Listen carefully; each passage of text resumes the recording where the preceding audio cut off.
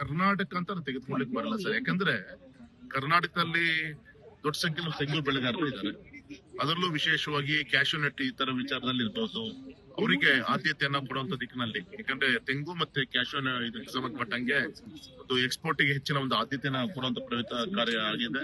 ಮತ್ತೆ ವಿಶೇಷವಾಗಿ ಕೋಸ್ಟಲ್ಗೆ ಅಭಿವೃದ್ಧಿ ವಿಚಾರದಲ್ಲಿರ್ಬೋದು, ಮತ್ತೆ ಮೂಲಭೂತ ಸೌಕರ್ಯಗಳಲ್ಲಿ ಕಾರಿಡಾರ್, ರೈಲ್ವೆ ಕಾರಿಡಾರ್ ನ ಇಂಪ್ಲಿಮೆಂಟ್ ಮಾಡ್ಲಿಕ್ಕೋಸ್ಕರ ಚೆನ್ನೈ ಬೆಂಗಳೂರು ಇರ್ಬೋದು, ಬೆಂಗಳೂರು ಹೈದರಾಬಾದ್ ಇರ್ಬೋದು, ಇದಕ್ಕೂ ಕೂಡ ಆದ್ಯತೆಯನ್ನ ಕೊಡುವಂತ ಕೆಲಸದಲ್ಲಿ ಆಗಿದೆ.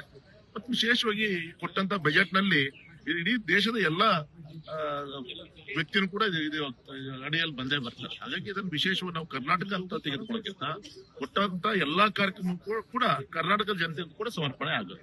ಹಾಗಾಗಿ ಯಾವುದೇ ಕರ್ನಾಟಕಕ್ಕೆ ಯಾವ್ದು ಕೂಡ ಅನ್ಯಾಯ ಆಗಿಲ್ಲ. ಹೆಚ್ಚು ಒಂದು ಸಾಮಾನ್ಯ ಜನರಿಗೆ ಶಕ್ತಿ ತುಂಬುವಂತ ಕಾರ್ಯ ನಮ್ಮ ಗೌರವಂತ ಮೋದಿಜಿಯವರ ಸರ್ಕಾರದ ಬಜೆಟ್ ನಲ್ಲಿ ಆಗಿದೆ ಅಂತ ಅತ್ಯಂತ ಹೆಮ್ಮೆಯಿಂದ ನಾನು ಹೇಳಿಕೆ.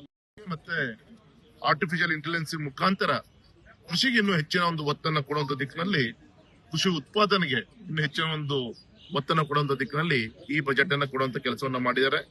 ಮತ್ತೆ ಸೆಮಿ ಕಂಡಕ್ಟರ್ ವಿಚಾರದಲ್ಲಿರ್ಬೋದು,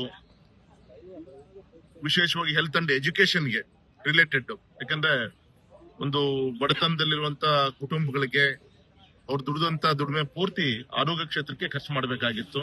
ಮತ್ತೆ ವಿದ್ಯಾಭ್ಯಾಸಕ್ಕೆ ಹೆಚ್ಚಿನ ಒತ್ತನ್ನ ಕೊಡುವಂತ ದಿಕ್ಕಿನಲ್ಲೂ ಕೂಡ ಈ ಬಜೆಟ್ ಅತ್ಯಂತ ಒಂದು ಆಶಾದಾಯಕವಾಗಿದೆ. ಮೇಜರ್ ಒಂದು ಆರೋಗ್ಯ ಕ್ಷೇತ್ರಕ್ಕೆ ಸಂಬಂಧಪಟ್ಟಂತ ಸಮಸ್ಯೆಗಳೇನಿದೆ, ಆ ಒಂದು ಡ್ರಗ್ಸ್ ಗಳಿಗೆ ವಿಚಾರದಲ್ಲಿ ಟ್ಯಾಕ್ಸ್ ಎಕ್ಸಂಪ್ಷನ್ ಕೊಡುವಂತ ಮುಖಾಂತರ ಇರ್ಬೋದು.